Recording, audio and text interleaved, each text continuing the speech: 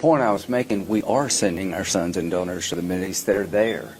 They've been there for a while, and they're in a fight, and we've lost 7. And my point was the Arabs should be in the fight too.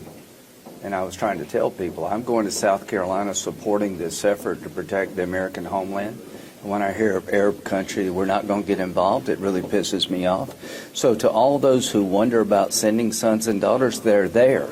They've been there. They're there protecting you. And how can you be for the Trump's war and not be for the troops who are fighting it? You know, the people who are coming after me don't have the guts to come after Trump. President Trump has activated the military there and at home to go to the Mideast to crush a regime that is hell-bent on a nuclear weapon, will destroy Israel and us. So get real here. Get your head out of the sand.